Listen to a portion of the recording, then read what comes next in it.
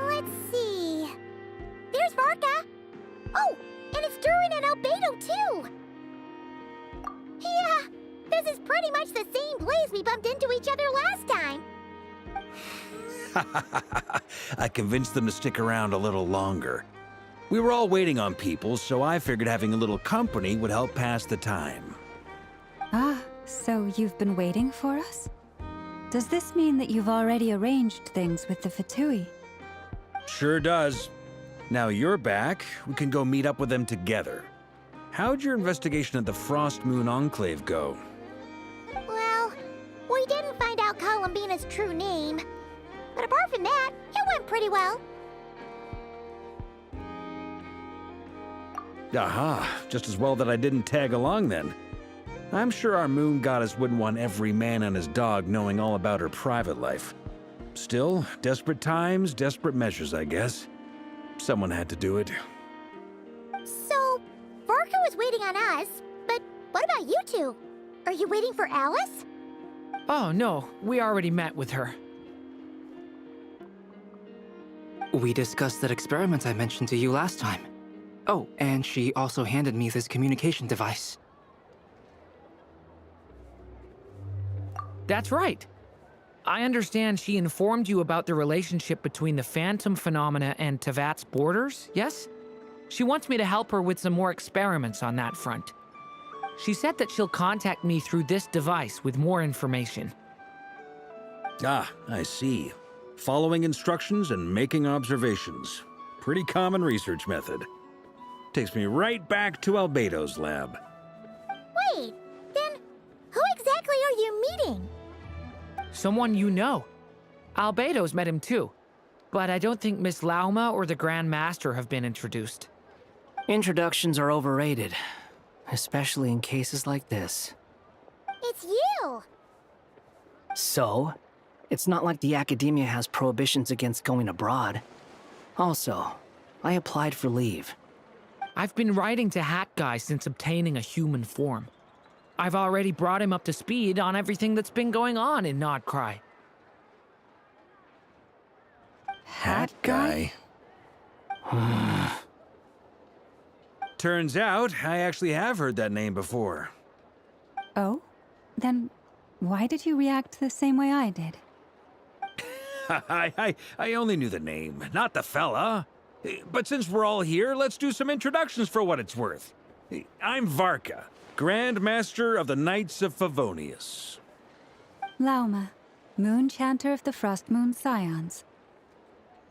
And I'm a Driosh from the Vahumana Darshan of the Sumero Academia. Hat Guy.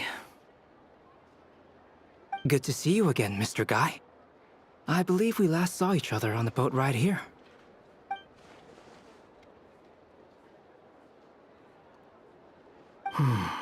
Mind you, the only reason I came here is because there's someone I want to look into.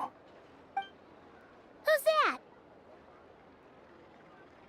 The Doctor, also known as Dottore, second of the Fatui Harbingers. From the tone of your voice, it sounds like there's bad blood between you.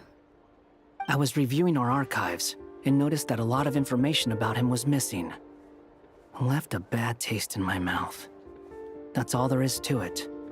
Dottore, or Zondique, as he was then known, once studied at the Academia, but he got kicked out before he could graduate.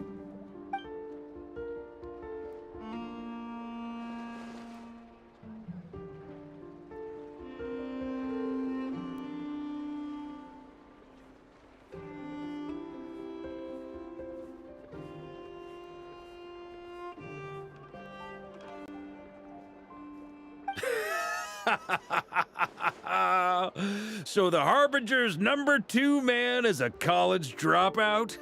How embarrassing for them.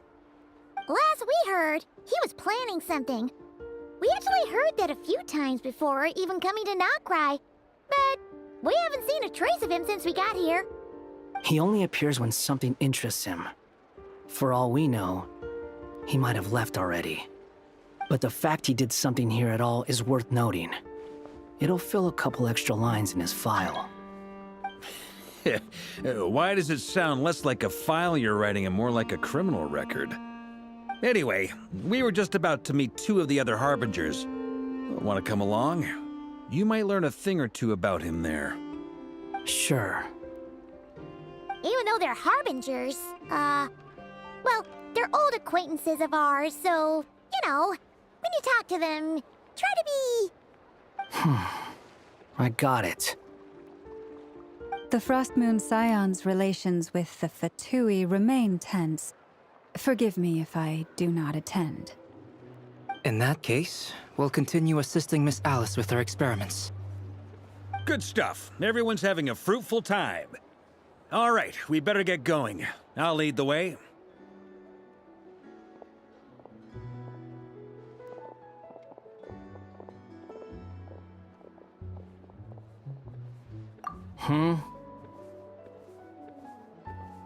Well, yeah, that's obviously part of it. But I'm not the only one who has a score to settle with him. Neither you, nor Lesser Lord Kusanali, nor I want to see him meddling with things again. What's the hurry? Don't worry. Pigeons always know which way home is.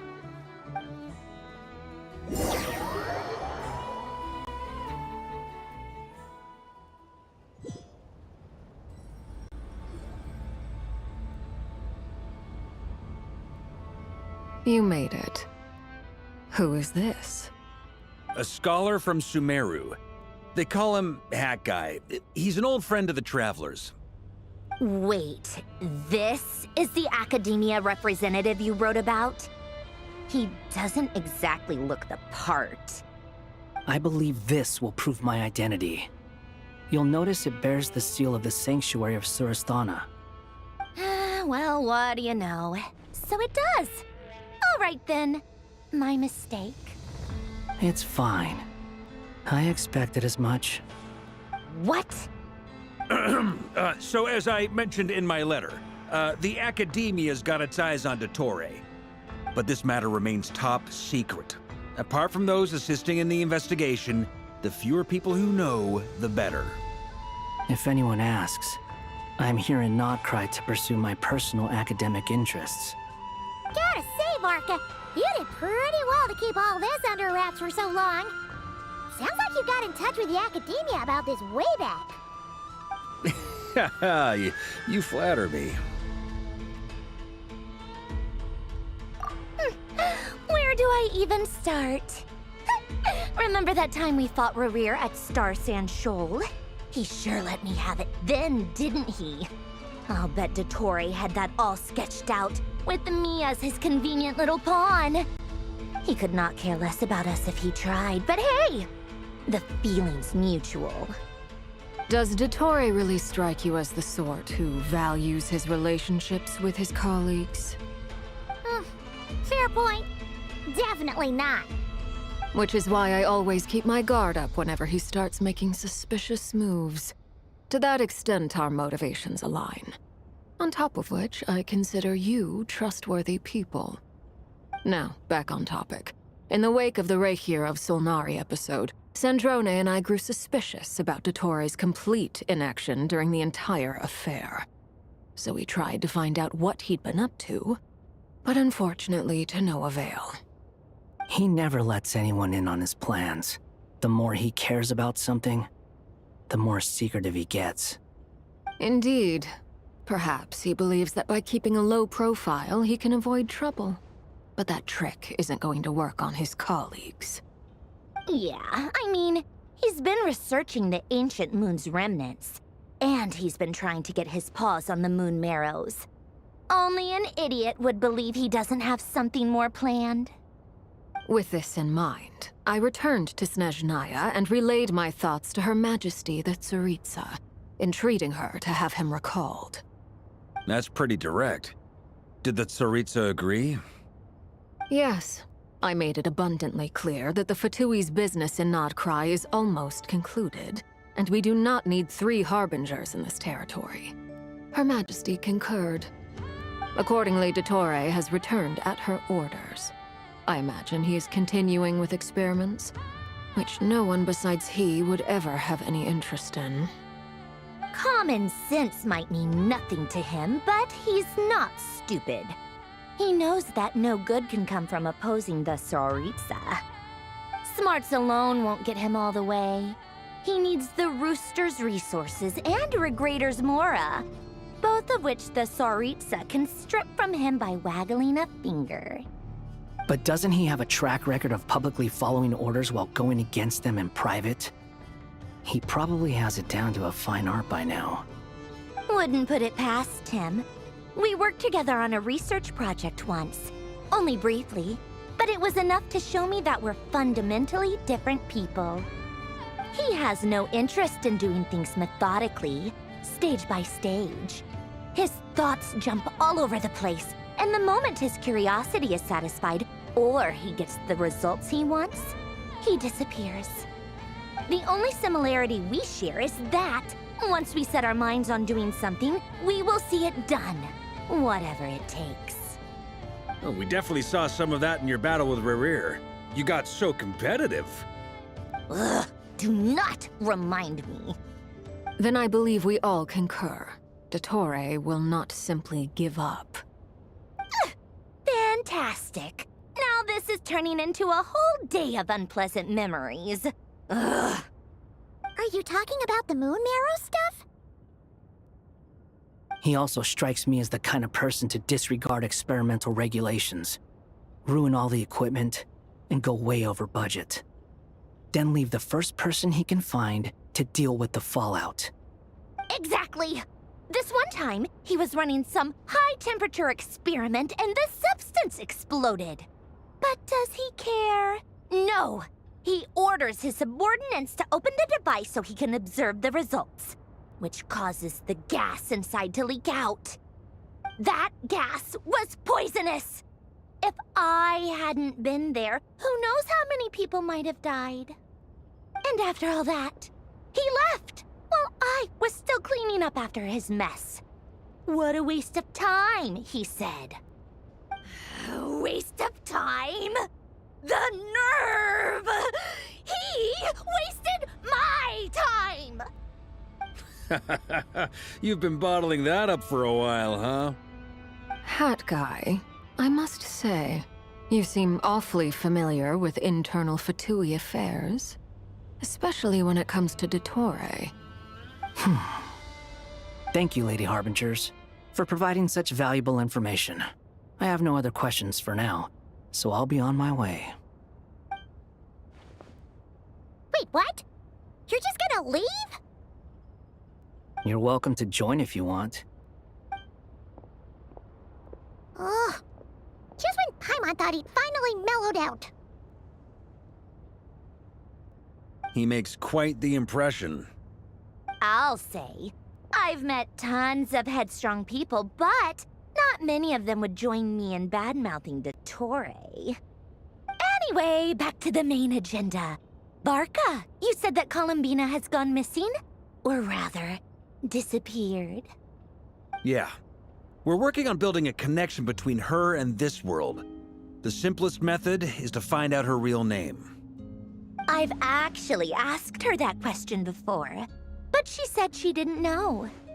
Considering our relationship, I doubt she was lying to me.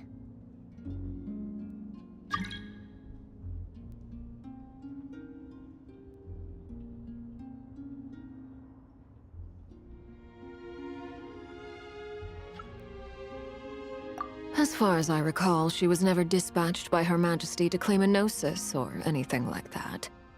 The Tsaritsa's plans had long contained a place specifically for her. I always thought that was weird.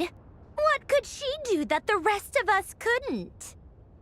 probably what we do now. It's probably something related to Kavaki, right? More than likely. When she first arrived, Columbina would often go to Her Majesty and ask when she could start the task assigned to her. But Her Majesty always gave the same reply. The time has not yet come. So she spent her days in Snezhnaya doing basically nothing. The Tsaritsa has summoned a beautiful blind maiden to be a harbinger, giving her the third seat by virtue only of her enchanting voice. It was a dumb and stupid rumor, but the reality of the situation made it hard to refute. And what happened after that? I imagine she stopped caring. She no longer seemed to care why she had been recruited, and Her Majesty never gave her any missions, so she just continued to sing in the flower garden. For my part, I was busy.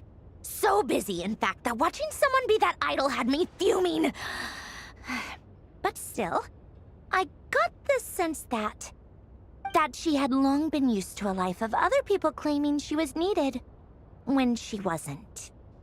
I just felt that having a place to stay would cost me something eventually. And so I waited quietly for the day that I would have to pay the price. And on the other end of that spectrum, you had me. Someone once told me that I had the lousiest work and the toughest luck. That's a good way of putting it. I forget who said it, but those words have always stuck with me. But you've done your job exceptionally well all this time. Because at heart, you are a conscientious person. What is it? Something come to mind?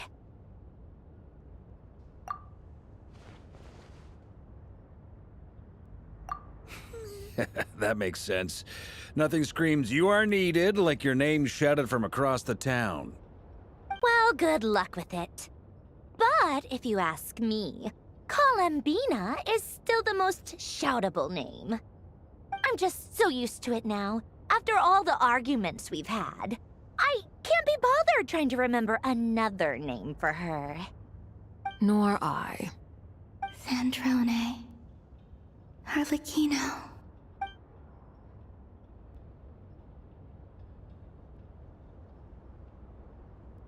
Huh! It's a Sealy! Does that mean Nicole has news for us? Ladies, I thank you for your hospitality. If the chance ever comes up, I definitely owe you both a drink sometime. I'm sure it will. You can make your own way out. Heck, you've been here enough times, you probably know your way around better than I do.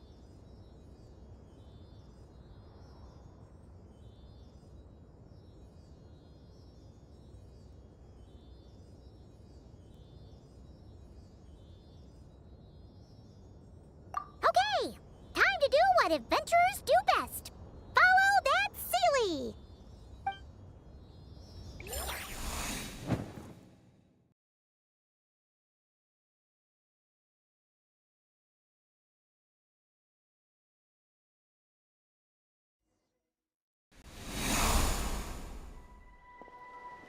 Here you are.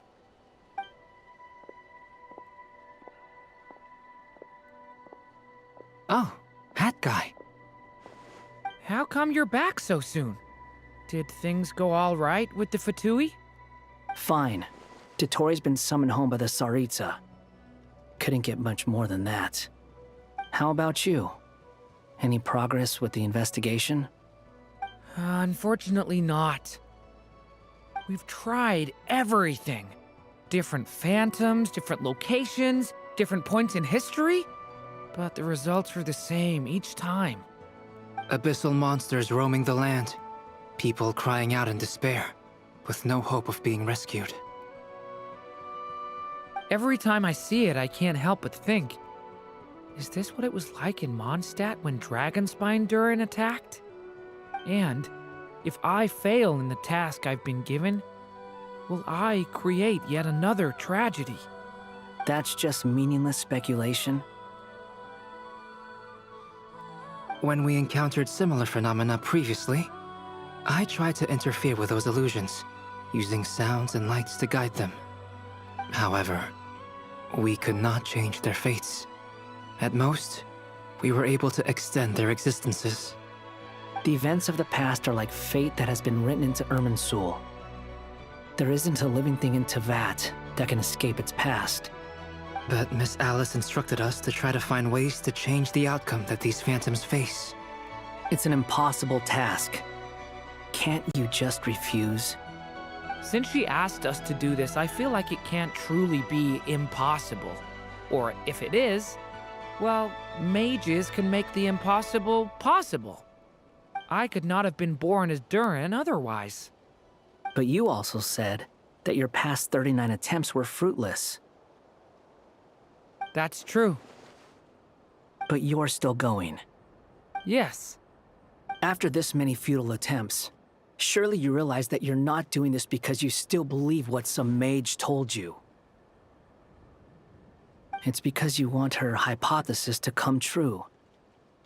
It's something you wish for deep inside. So, think for yourself about what you want to do. As long as you don't believe it's futile, it isn't.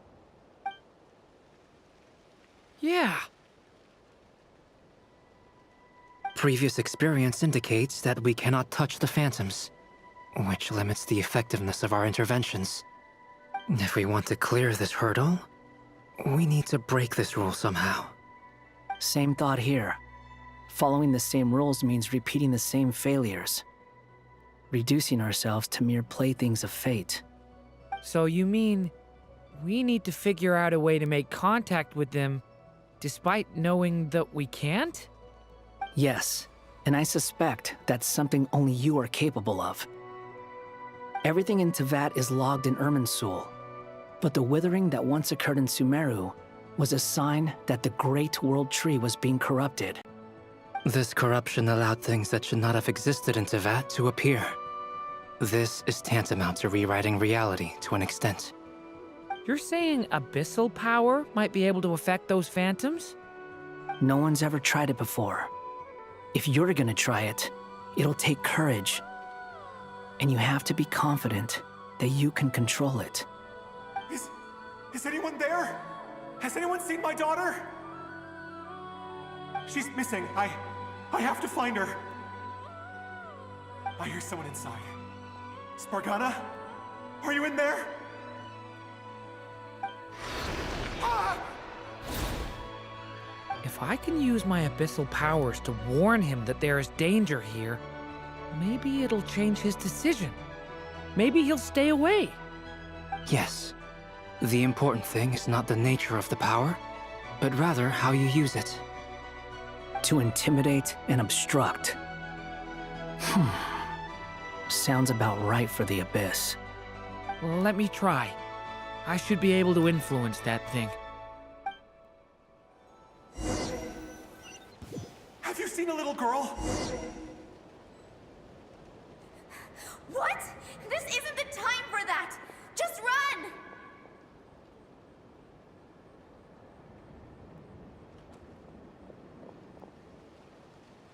I hear someone inside. Spargana? Are you in there?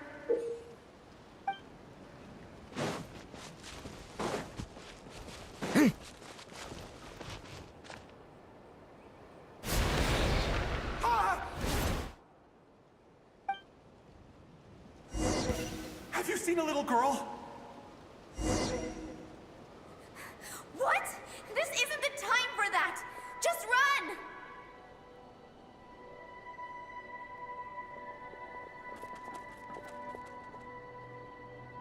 I hear someone inside. Spargana? Are you in there?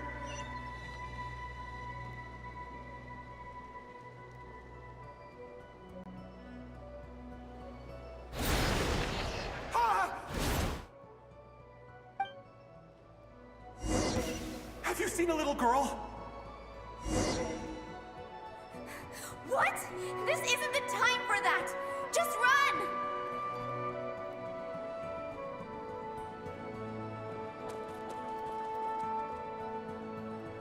I I hear someone inside. Spargana? Are you in there?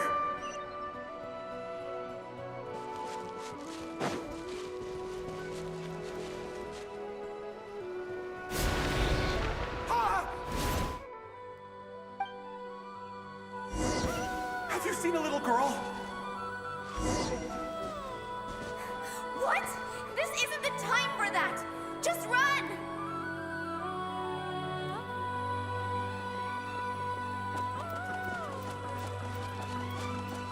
I hear someone inside. Spargana? Are you in there?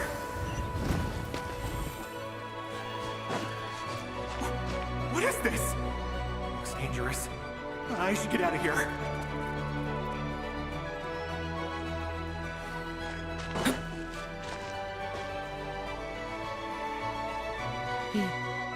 He really left. Ha! We did it! Don't celebrate too soon. Follow him.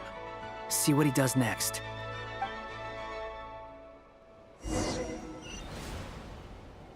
Monsters approaching from the front. You need to stop them and create an opportunity for him to hide.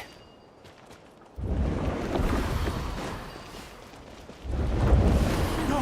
There's monsters ahead!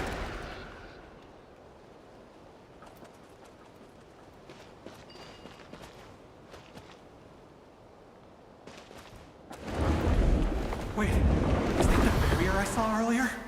Why is it appearing now? It's as if someone's controlling it.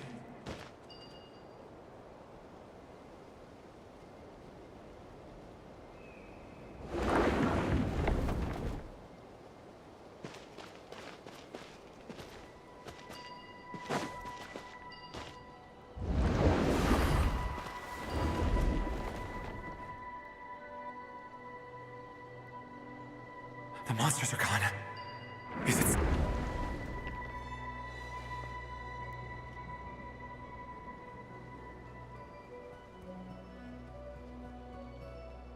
The barrier's gone too. How odd. Anyway, I guess I'll keep going. Quickly, let's keep up.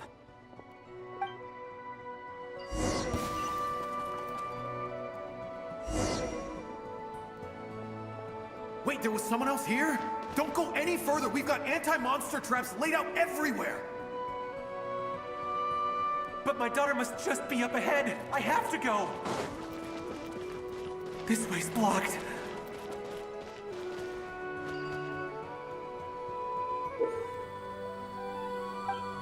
This bit... Ah!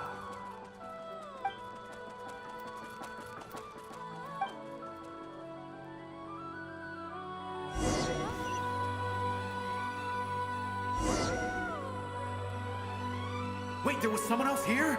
Don't go any further. We've got anti-monster traps laid out everywhere. But my daughter must just be up ahead. I have to go. This way's blocked.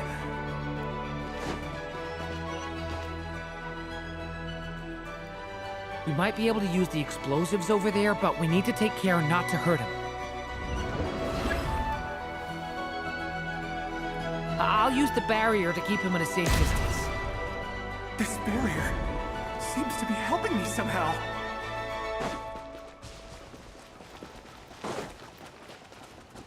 Hey, hey, wake up! Oh, no good. Gotta keep moving ahead.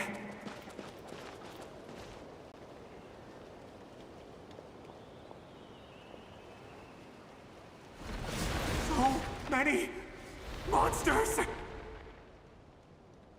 There's still a chance, Durin. Use the traps.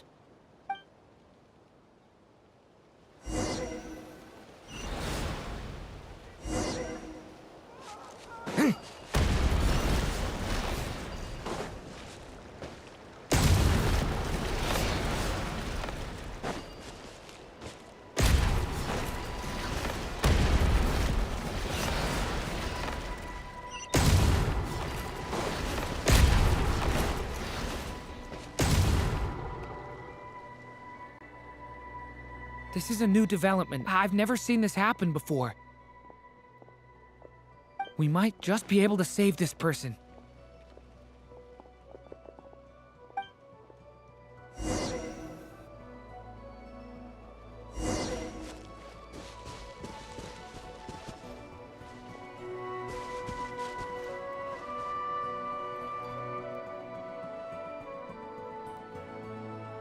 Hello there.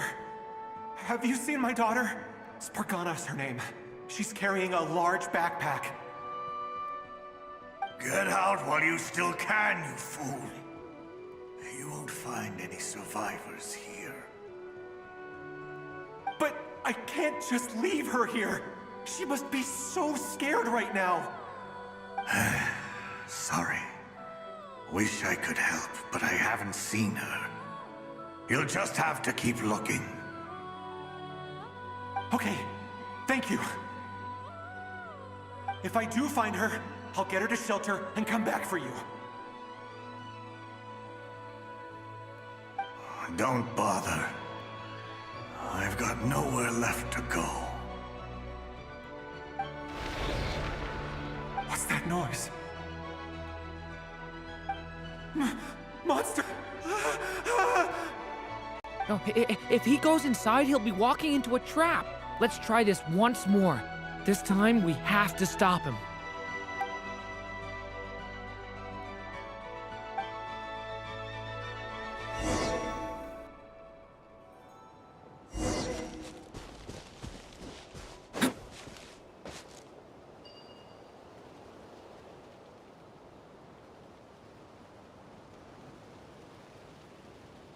Hello there. Have you seen my daughter? Get out while you... But I can't... Okay, if I do find... Don't... What's that noise? No, if he...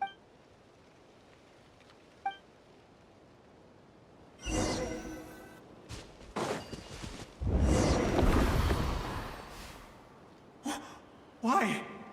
How will I know where Spargana's gone like this? You know what? I'll trust this strange barrier. It's gotten me this far after all.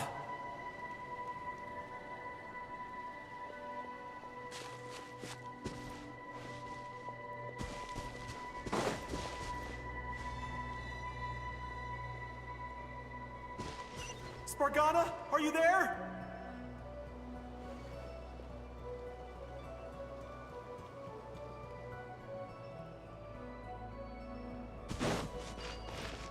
What? What's this? Hey! Let us out!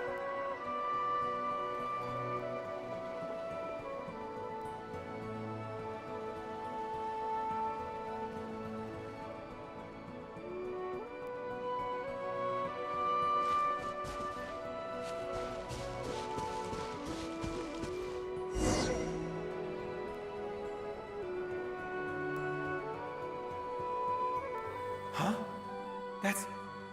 That looks like one of my daughter's books! Thank you. Thank you!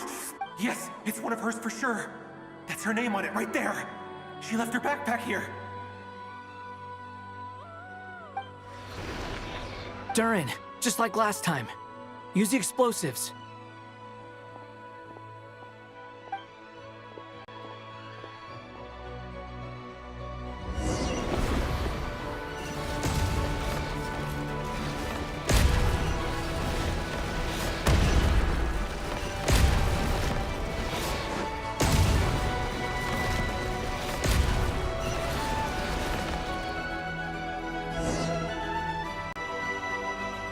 It won't work. There's not enough left. If he makes it in, he'll die.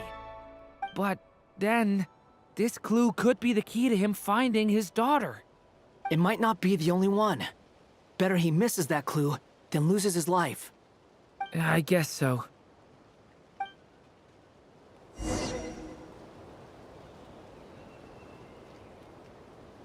Stop him, Durin. We can't let him get any further in. That's my daughter's book! She's passed this way! Why? Why won't you let me go in? I've searched and searched and searched just for this! But how will I find her without any clues? I no longer have anywhere else to go.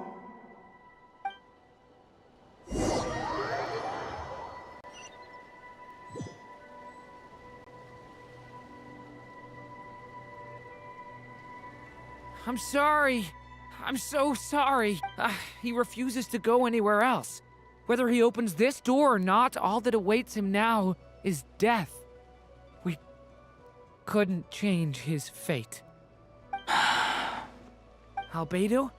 Hat Guy? Let's try one more time. I don't know how we're gonna do this, but I don't want to give up either.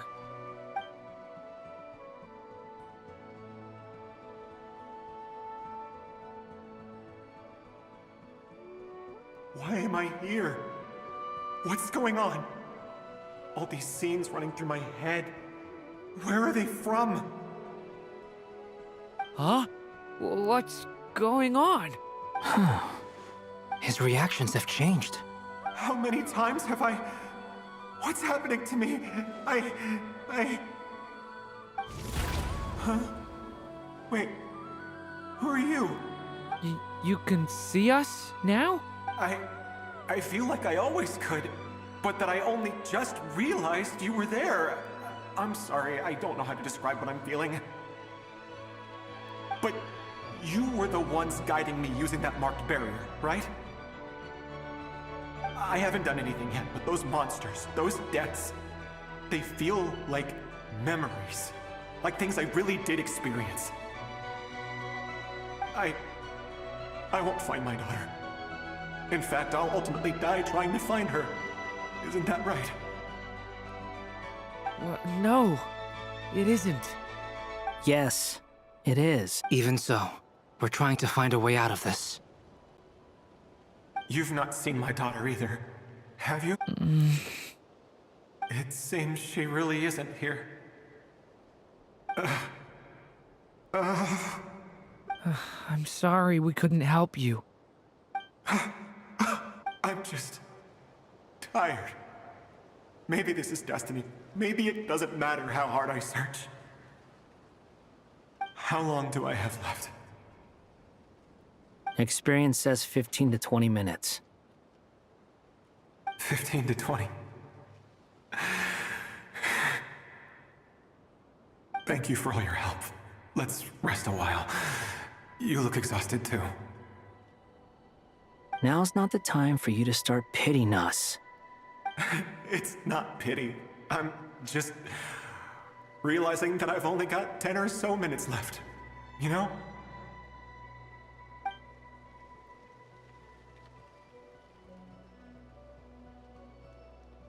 You say you're from Mondstadt, yes?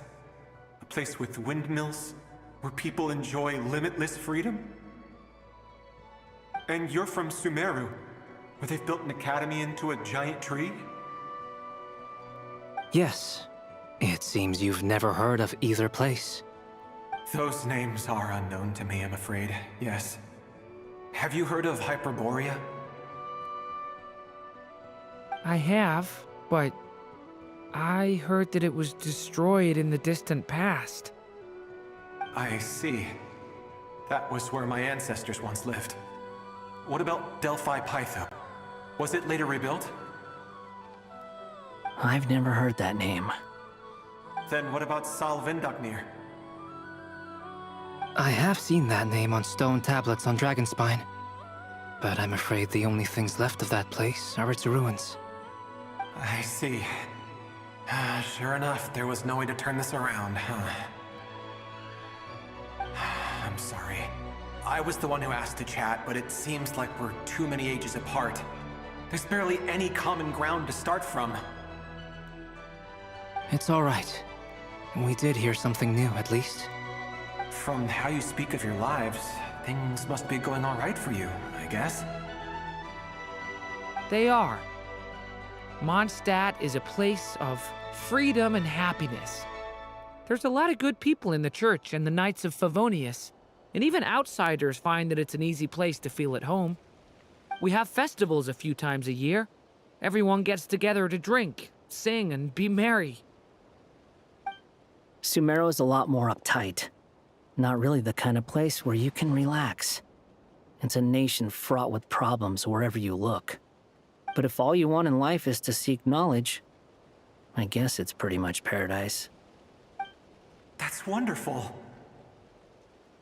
In other words, after this all-devouring black tide passed, humanity did not merely avoid extinction, but rose to build prosperous civilizations anew. I mean, I can see you all right now. That must mean the future isn't a total mess, right? That's true. Well, time's almost up. Let's part ways, I think. Might be best if you don't waste too much time on me. The chances are slim, I know, but I'd like to spend these last few minutes looking for Spargana. If things work out, I'd love to tell her about what I've heard. May we meet again. Well, or not, most probably. In that case, may your wishes come true.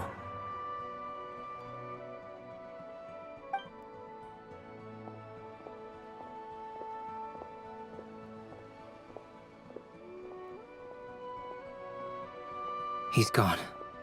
In a few minutes, he will meet the end that was his to begin with. The ending of this tale did not change, but I believe that we've just made the most progress we have yet. May your wishes come true. If only it were so simple. Hat guy, could I ask you a question?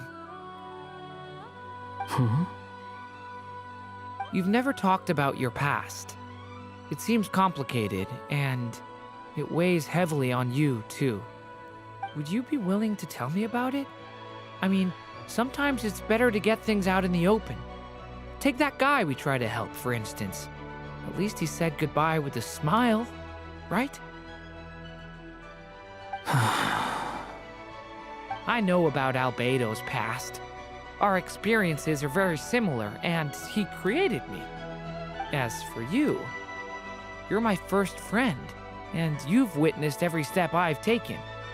But by comparison, I know nothing about you. Either way, I mean, we're still best friends. But if I knew more about you, I might understand your thoughts a bit better. I've told you about myself. I'm a student at the academia. And what did you do before that? Prepared for the entrance exam? All right. If you really don't want to talk about it, I won't press you any further. I was a puppet built from the branches of a white tree, using technology left behind by the Conrian schools of mechanical engineering. A white tree? You mean an Irminsul tree? Yes, a branch of Irminsul that was once connected to the main tree. So you had a human creator too? Yeah, but my creator abandoned me after deciding that I was a failure. After that,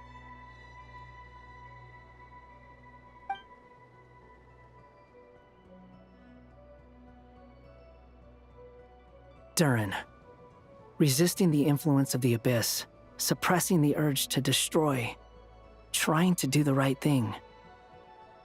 None of these things are easy. But no matter how hard they are, trying to rewrite past wrongs is far harder. You asked me if you would create a new tragedy if you failed. I told you there was no point speculating about that. But the real answer is, yes, you absolutely will. Hat guy. But at least you've got people here to help steer you away from the wrong path. So, just keep aiming towards the light. I will. I promise. All right, break time's over. Hello? Durin speaking. Hello, friends, it's me! What have you been up to, I'm detecting some unmistakable fluctuations here at the border. The amplitude isn't particularly high, but they're completely different signals from the ones before, and the scale is comparable to those I've detected previously. Alice, we were unable to save that person. However, He appears to have retained a portion of the memories gained through that cycle, and was able to hold a conversation with us. I see. Well, it is rather odd indeed. It definitely merits further attention. Could I trouble you to keep trying the same approach? I need to gather some more data. Counting on you. I should probably have Nicole come and check this out as well.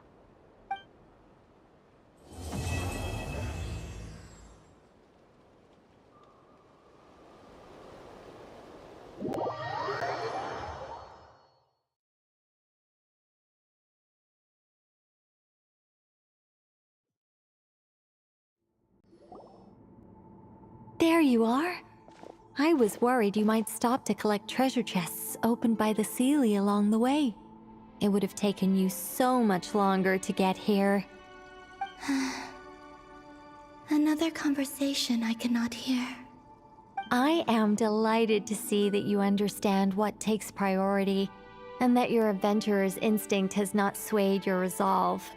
Really, I must applaud you for it. You should know. Paimon's head.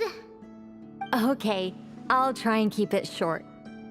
My senses are telling me that this is where we shall find the entrance to the ruins. Oh, cool! Well, what are we waiting for? Let's open it up and see! Patience. This was a sanctuary of great importance to the Hyperboreans. A special process is required to open the gate. Oh! Like the place that housed the Eternal Moon's Marrow?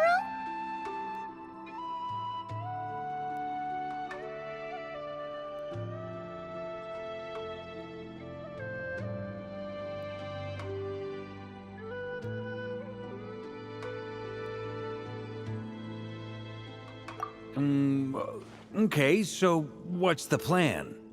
Need us to do anything? And just the short version, if you can.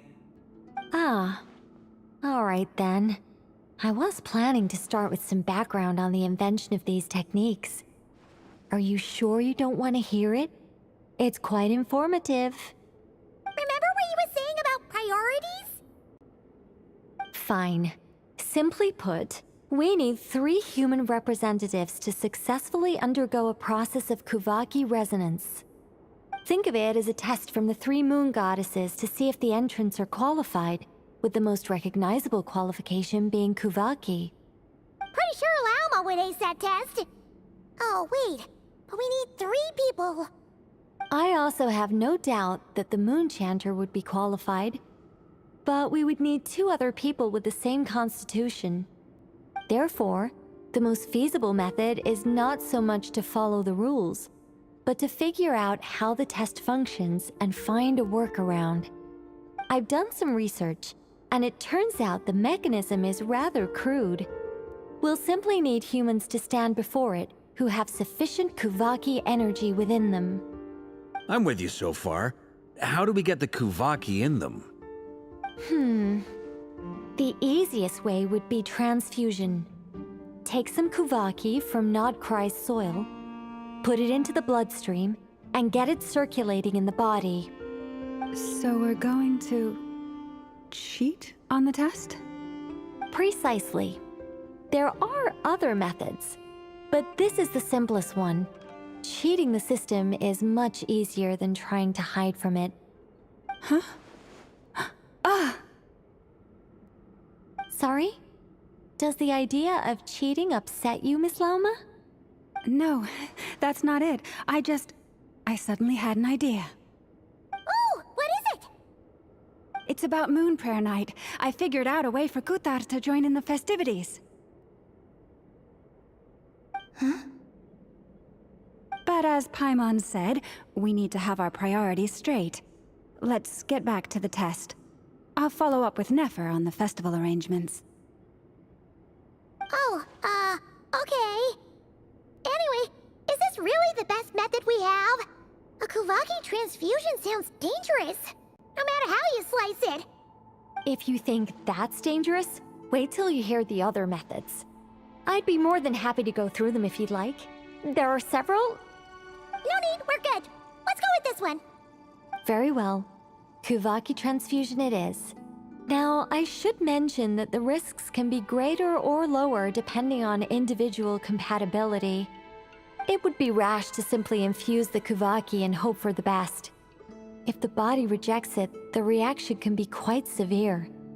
The symptoms are similar to another condition that some people living here suffer from, known as congenital Kuvaki sensitivity. So, before we execute our plan, I will perform a simple test of my own to see who is compatible and who is not. Once that is done, we will have to complete the resonance process as rapidly as possible. The participants must remain stationary while the Kuvaki circulates and bonds with them, and they mustn't eat or drink anything. What? No eating or drinking? That's some hardcore fasting. They'll all be monks by the time they're through.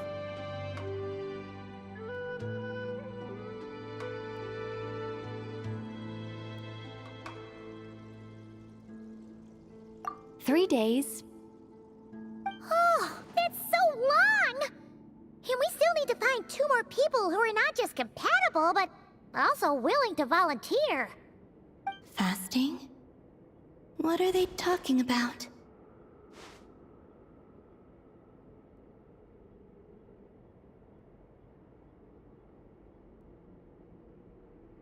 Really? Don't you want to think this through? Haha, count me in too.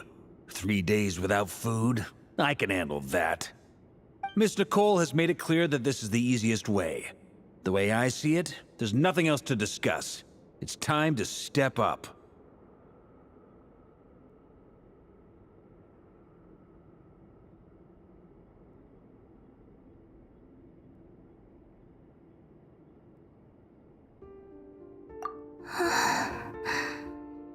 Yeah, you're right. In that case, Paimon volunteers to be Captain of Logistics. She'll keep the fires lit and grab some spare clothes to keep you comfortable. Then we'll start with you first, Traveler. Please step forward.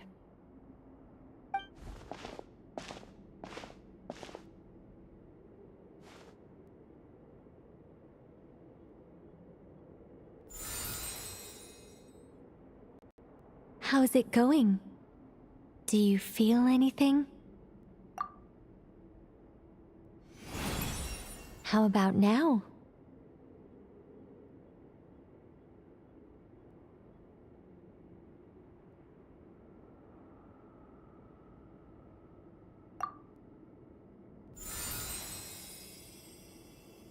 And now?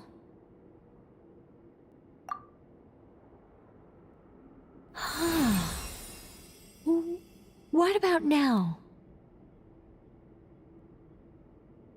You guys, it's not a competition, you know.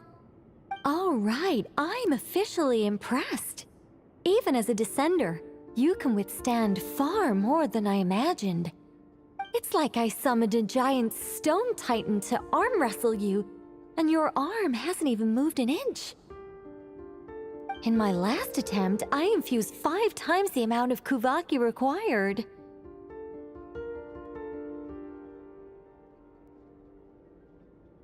Yes, safe to say, compatibility won't be an issue for you.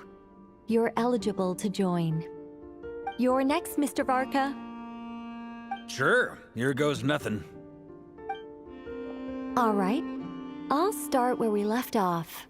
5 times the required Kuvaki dose. Whoa, whoa, whoa, hey, wait a minute. How's it going? Ooh, no, not great. I kind of want to puke. Feels like I've been drinking too much. A few bottles of wine, then a big stein of Dark Horse. With some hard liquor from Liyue mixed in. You think this is funny? I just lost to a young lady in an arm wrestling contest. I'm never gonna live that down. My apologies. I'll lower the concentration and try again. Oh. How's it going now? I'm not as dizzy as last time, but I can still feel it pulsing around. In that case, you wouldn't be an ideal choice, Mr. Varka. Let's try someone else. Okay. Let's go ask some of our other friends then.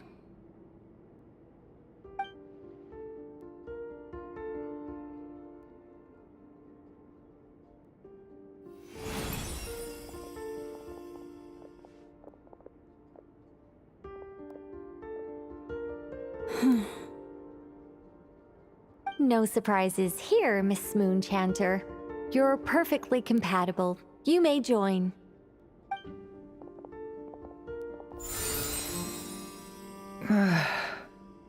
I'm getting a slight headache.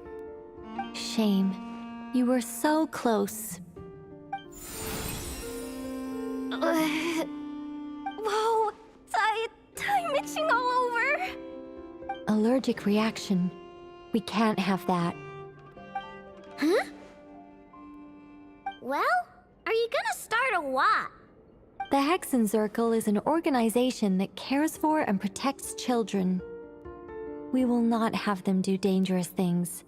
Not even tests.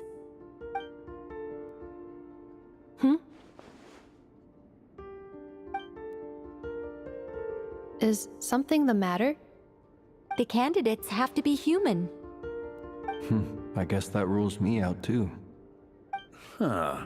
Everyone except the Moonchanter got beaten. Guess I don't need to feel so bad after all. I mean, looks like this isn't gonna be as easy as we thought. Perhaps I could ask for volunteers among the Frost Moon Scions. I'll see about talking to some trusted Lightkeeper colleagues. Itlua springs to mind. In fact, I think we had some former Frost Moon Scions join our ranks recently. Can you give me the scientific explanation for how the test works? I can probably make some kind of test bot. Then we can just zip through Nasha Town, going up to people and pressing a button to check their status. Wouldn't that be way easier? No. Wow! No elaboration for once. How about I contact the Knights of Favonia's garrison in the Wave Chaser plane? Shame that Lohan's already left. And that guy's even tougher than I am. Strange. The moon goddess is clearly revered by many people. So why is she on the brink of disappearing? She mentioned that the world has rejected her from the very beginning. And when we fought the Rakhir of Salnari, it seemed like she exhausted her power for our sake. Also, Paimon's not sure revered is the right word for how people feel about her. Gratitude, certainly. For my part, anyway. It's basic reciprocity. She helped us, so she deserves our help in return. Yeah. Even though she looked like she didn't care, she still saved a ton of people, including me. A review of the relevant data leads me to conclude that Miss Columbina is a good person. Yep, you bet! They really think so? I'm super surprised that Columbina isn't her actual name, though. I think it really suits her. It's light and graceful and... yeah, just a really pretty name. I know, right? Unfortunately, that's not our decision to make. Columbina. That was the code name the Fatui gave me. But it also came up in the song I heard when I was born. But... is that really all there is to it? What do I truly think of my own name? Is there anyone left who will still call me by that name?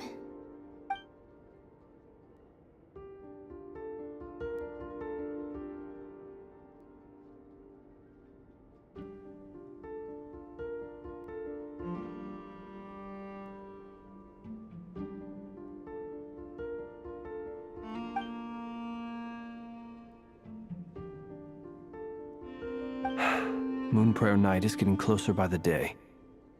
We're running out of time. We need to look for other candidates. Then allow me to try. Huh? What are you doing here? You contacted your friends via the Adventurers Guild. Sandrone has been keeping an eye out for something like that, so she informed me. Since I have the ability to accommodate a moon marrow, I should prove to be a suitable candidate. Arlecchino. When can we begin? I see. We can begin right away.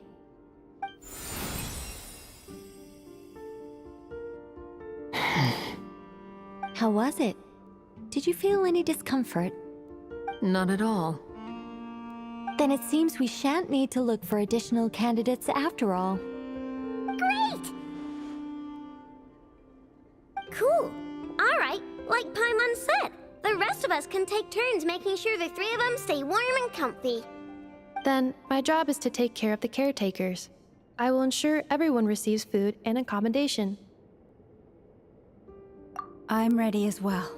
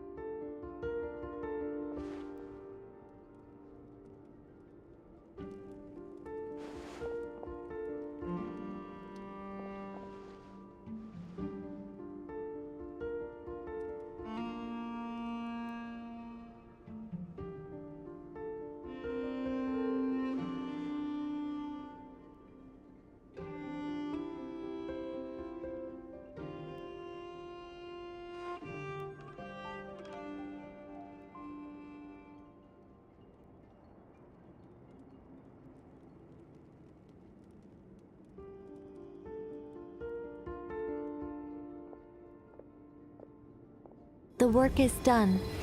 The sacred scroll shut. The stars grow dim, the people silent. The white sun sets, the silver moon rises. O path to the temple, appear now before us.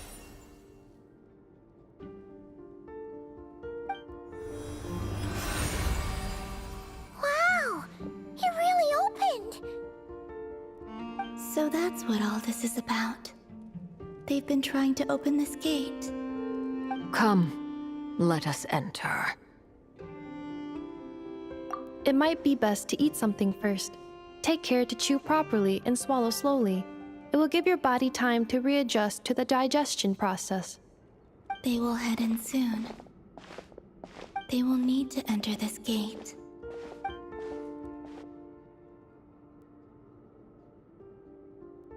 Huh? I cannot pass through. Is it because I have no physical body? It has been 3 days. My strength has all but completely faded. Can I really hold on until Moon Prayer Night?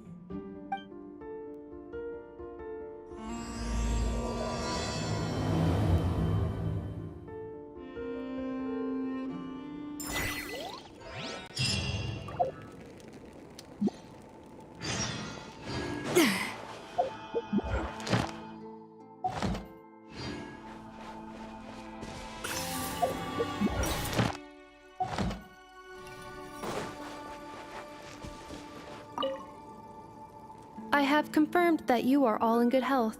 With that, my work is now complete. Congratulations are in order.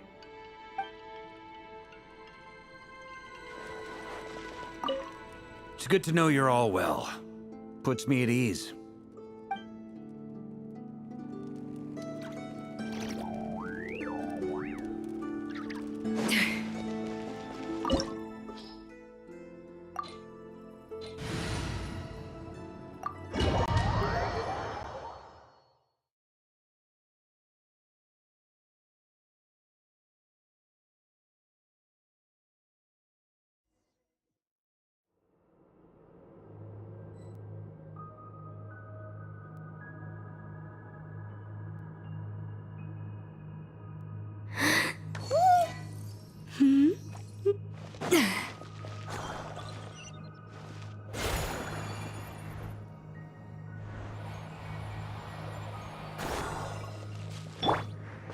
The wind knows me.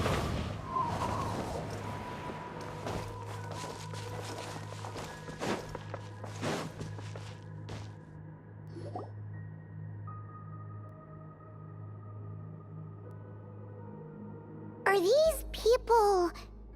Judging by their clothes, they appear to be phantom Hyperboreans from the distant past.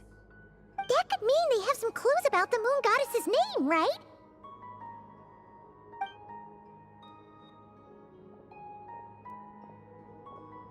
Hey there! Could you tell us what the moon goddess's name is? Sorry. That's probably a weird question, huh? How do we explain this? The moons are long gone, and their goddesses are dead. Their names no longer mean anything. When a new moon goddess is born, we will surely know her name. We have used every last resource at our disposal. All that remains is to wait, patiently and quietly.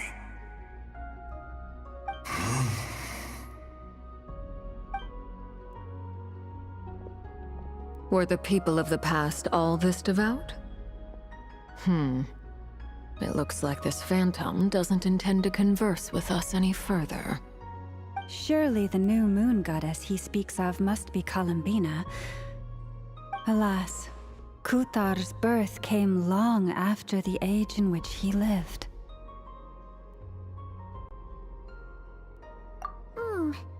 But, maybe if we find a phantom from a more recent age, they might know Columbina's real name.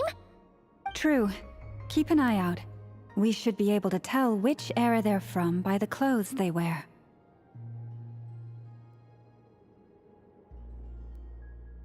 Yeah, you've been pretty talkative this whole time. What changed? Oh, nothing. I'm fine. You all make good points. When the Hyperboreans speak of moon goddesses, they mean the three from truly ancient times. I can't imagine they would know anything about our current moon goddess. There once was a time when the moon goddesses blessed them greatly and protected them from harm. So, when the war between the gods and dragons plunged the world into chaos, it seems they looked once more to the moons for help, praying for a new goddess to be born. Yeah, that checks out. Let's continue on. Who knows what else we may discover?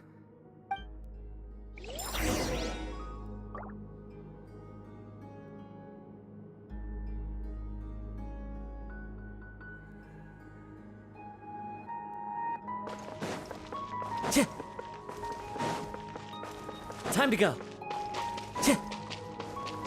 There's a door blocking this path. Not a problem. Try this.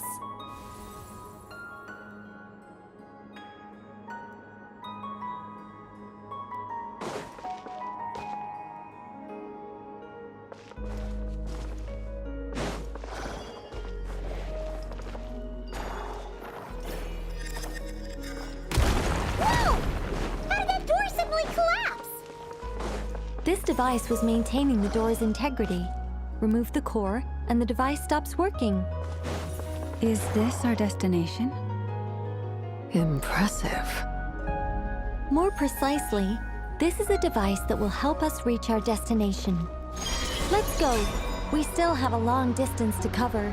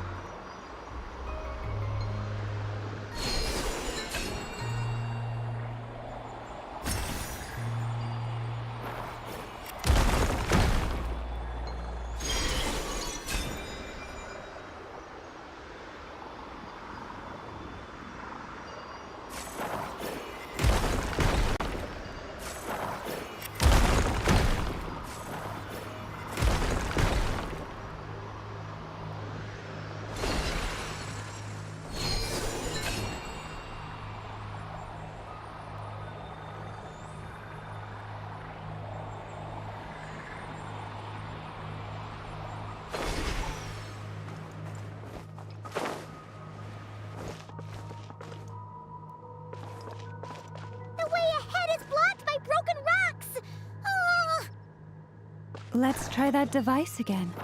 Remember the door from earlier? Huh! So it works in reverse, too!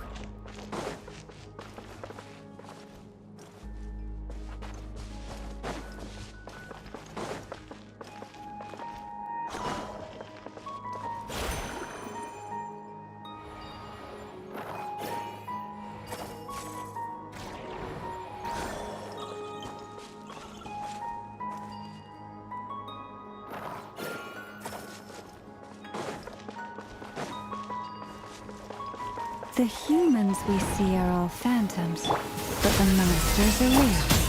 What a fascinating point. There'll be plenty of time to admire it later. Wind strike! Sha!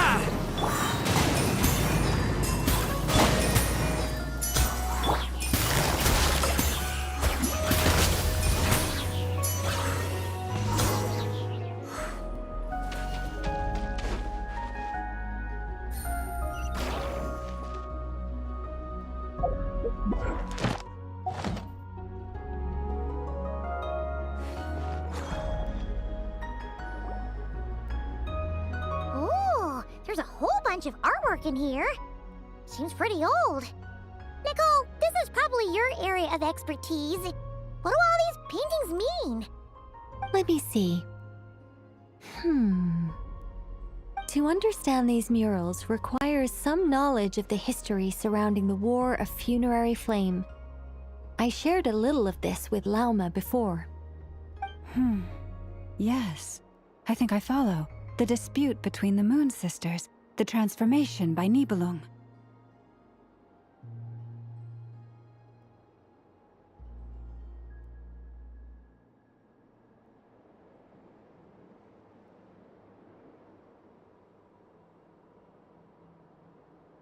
Oh no, it's no trouble. I'd be delighted to share the tale again. Alright then. Tevat's 3 moons and their goddesses were brought into being by the will of Nibelung, the then ruler of Tevat. But when the heavenly principles came, they changed the world completely, down to its very foundations. The moon goddesses were nowhere near strong enough to challenge this entity. But the heavenly principles did not view them as heretical entities that had to be removed. Essentially, the 3 moons existed to keep this planet alive and operational, which did not directly conflict with the heavenly principles' aims. Nevertheless, the inherent precariousness of this arrangement would soon be revealed. Nibelung returned. Yes. He did, and thus began the War of Funerary Flame, a battle for dominance between Nibelung and the heavenly principles. Discord would soon emerge between the 3 Moon Sisters. One would voice the opinion that they should follow Nibelung, for it was he who first hung the moons in the sky. Another would argue that taking sides in the conflict would only bring the world closer to ruin. There was no telling where it would lead. Especially since their creator had returned, bearing the perilous power of the Abyss. Nibelung would eventually discover their disloyalty. He had all 3 imprisoned before transforming the moons into weapons with which to fight against the heavenly principles. What? Weapons? Yes. The very moons that had once defended the planet became instruments of death and destruction, striking terror into the hearts of all living things. And although the heavenly principles and the 3 Moon Sisters had once been at peace, it now seemed that the moons posed an unacceptable threat to Tevat. It is possible that the heavenly principles did not know of the goddess's imprisonment. If so, the weaponization of the moons would surely have been viewed as an intentional breach of the peace agreement. Regardless of who knew what, when, the heavenly principles shattered 2 moons and flung the other beyond the skies. Whether the goddesses managed to escape Nibelung's captivity after his fall, nobody knows. But this much is certain. From that day on, the moons no longer belonged to Tevat. The rejection slowly drained their power until eventually they passed away. So that's the full story. You say the moon ceased belonging to Tevat from then on. Why then would Columbina be born here? That is perhaps due to the lingering connection between the Frost Moon, which was not shattered, and this world. You could see it as the three sisters' dying wish. They never desired war. All they ever wished for was to protect this land. I see. If the final fate of the three goddesses is as you say, then Columbina faces the same grave danger. Our investigation has yet to bear fruit. We must hurry. Yeah, you're right. Let's keep going.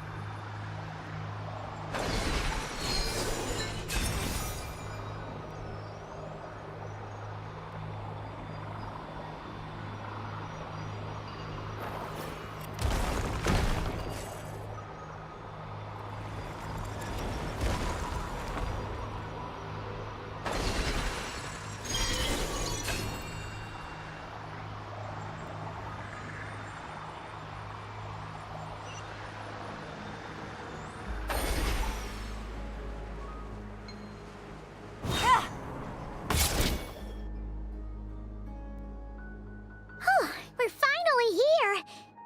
Guessing we'll need to activate this thing? Indeed.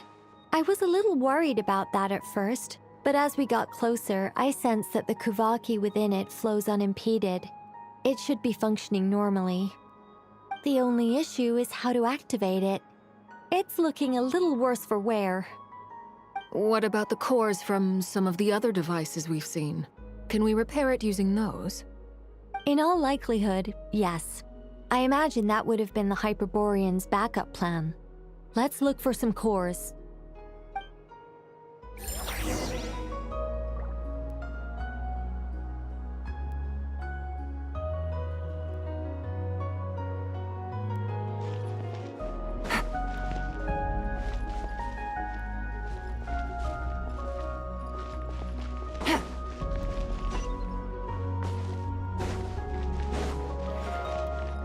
Take it easy.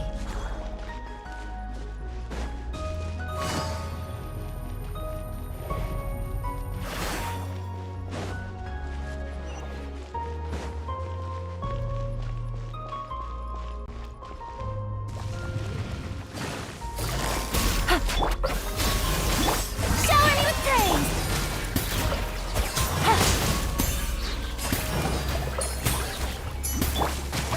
falling leaves, adorn my night into the wind.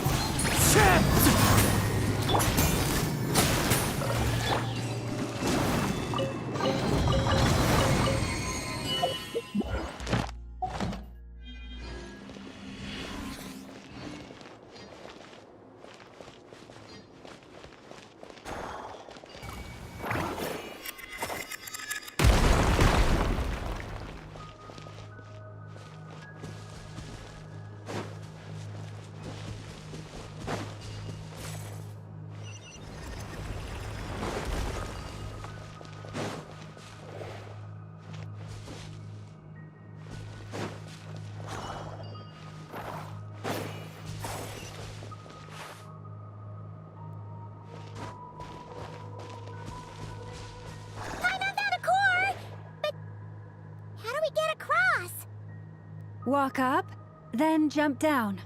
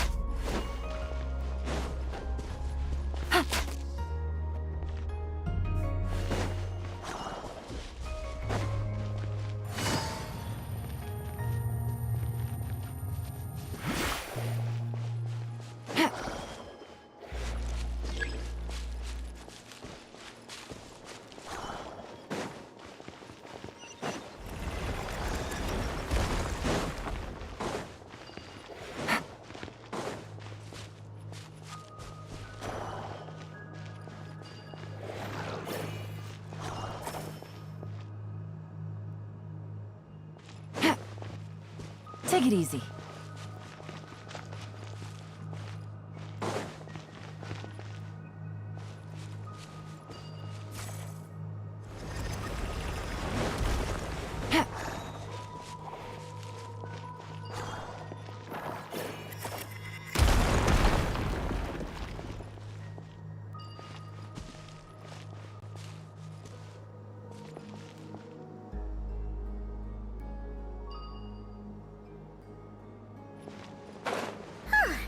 Enough cores. Let's head back.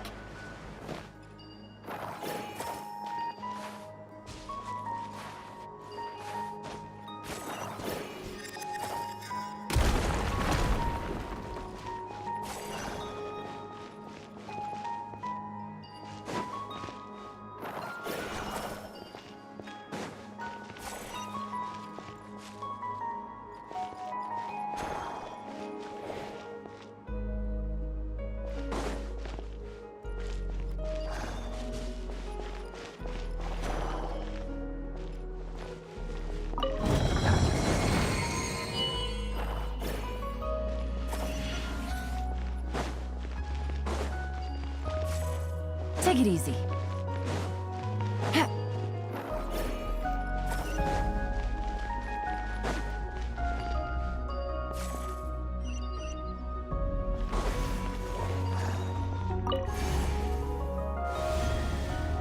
The device is up and running. It's hard to believe that the ancients were capable of constructing such things. Paimon sees our destination! It's right up ahead! Yes, let's go.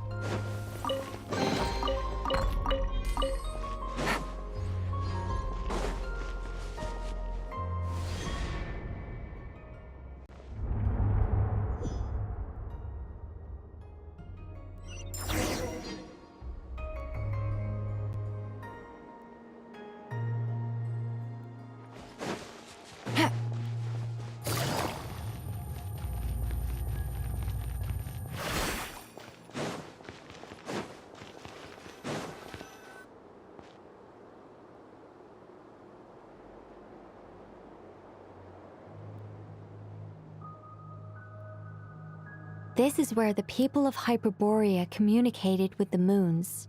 We need only place the moon marrow upon this platform on Moon Prayer Night, and we shall be able to open a portal to the moon and send our moon goddess back home.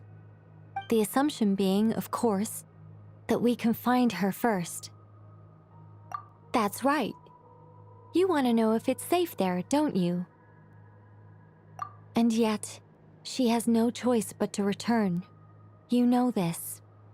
Oh, that's not the only issue here. This is the end of the line, right? We've explored everything we can. And despite looking at historical artwork and talking to people from Hyperborean times, we're still no closer to learning Columbina's name. If it's not too much trouble, could you tell me exactly what Alice said to you about finding her name? Oh, sure. What she said was... Then your first job is to find it. As a moon goddess, I'm sure she must have a name she identifies with. Neither Columbina nor Kutar is her true name, and she's never really accepted either of them. Is it not also possible that she has never had a true name? Not at any point in history? That would be a hard pill to swallow. But at this point, we may have to accept that that is the truth. No one knows how she came into being, and she certainly doesn't have parents in any sense that we're aware of. Perhaps she was never granted a name at all. But does that mean there's no way to get Columbina back? She's just gonna disappear and there's nothing we can do about it? Huh?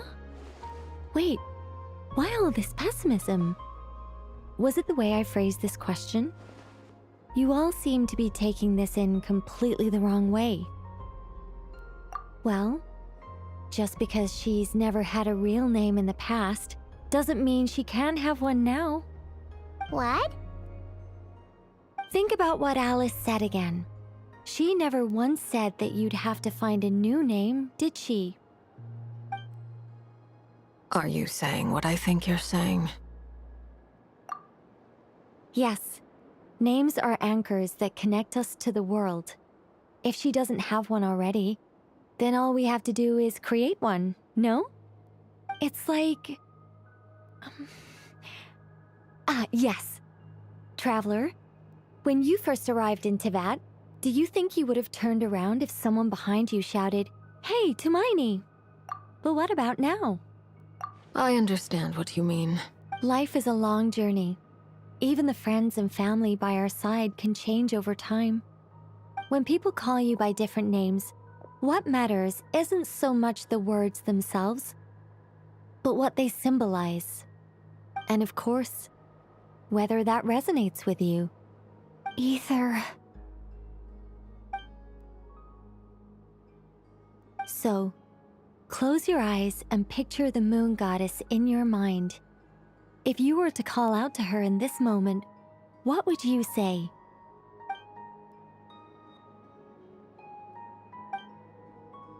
Columbina.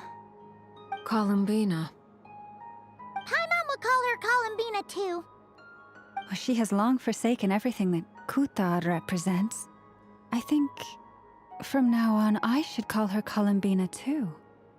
Well, it sounds to me like you found your answer. Are you sure? Is it really that simple? this whole time, and not for lack of trying. For a journey like this, the process is every bit as important as the outcome.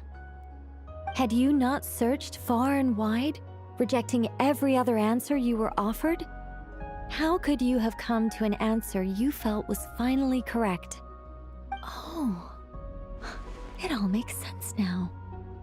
This has Alice's fingerprints all over it. Are you suggesting that Mage knew from the start that Columbina never had a real name to begin with? I can't say for sure, but I can definitely imagine her chuckling in satisfaction somewhere right now, saying, "Ah, what fun." Llama! Your antlers! You should hurry. The festive moon has begun to rise. Do not worry, for when you called the name Columbina just now, I could sense that the power within was enough to summon back the moon goddess. The power within what? The name? Yes. So, the thing is... What's wrong now? This is so annoying. I really want to explain how that whole thing works. Starting from the founding principles of Tevat and... Oh, I could talk about this for hours. But... Deep breaths, Nicole. Deep breaths. You're an angel. A sober, sensible, solemn angel who has her priorities straight. Okay then. Sorry for asking. Clearly a bad call on Paimon's part. Anyway, you all need to hurry. Last thing, remember how it felt when you called out that name. Then it is agreed. By the name Columbina, we shall find her. Then we'll throw her the best Moon Pair Night party ever! And at last, we will send her home.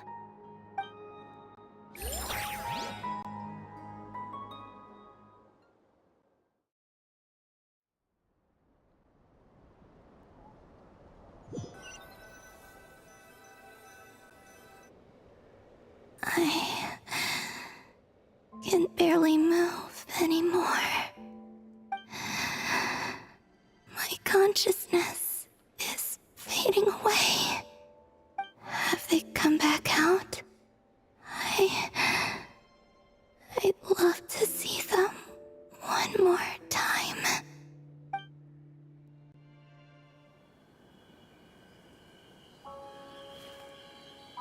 They didn't make it.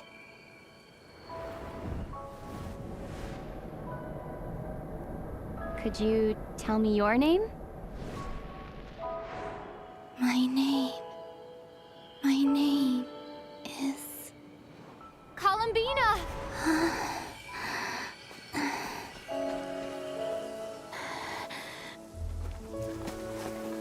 Columbina! Are you here? Columbina! That's the name you gave when we first met. And it's what I've called you ever since. Columbina. It's a fine name. I have many fond memories of Columbina, and so do all of your friends.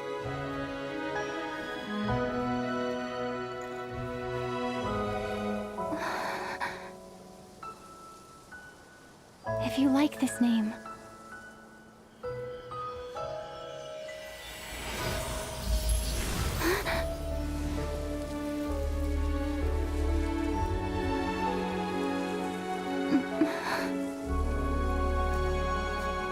Looking for me?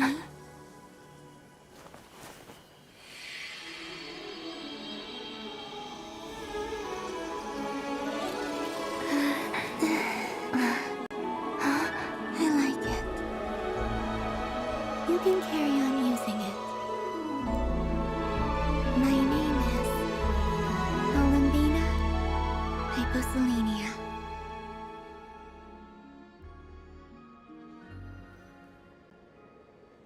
Columbina Hyposelenia. That's a wonderful name. I never thought that Columbina would become my real name. But after I met you and my other friends, the things that this name stood for slowly began to change. It went from being a Fatui code name to something my friends call me.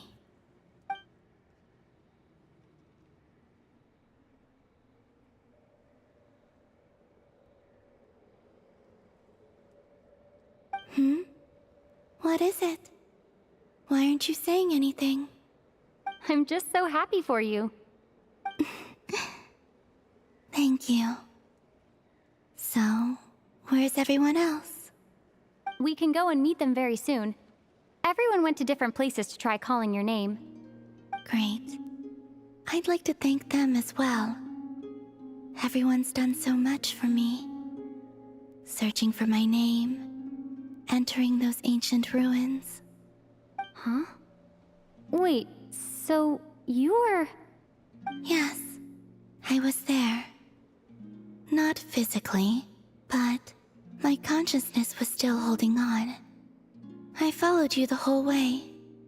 Starting from when? You turned around and called out my name while you were in Nasha Town. Do you remember?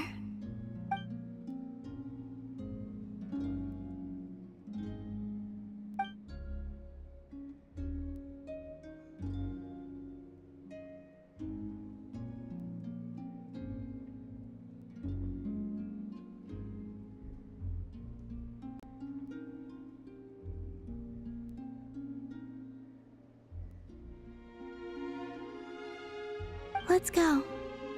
We don't want to keep them waiting. Sure. In that case, come with me. But... Hmm? Before that... Could you call my name one more time? Sure. Come with me, Columbina Hyposelenia.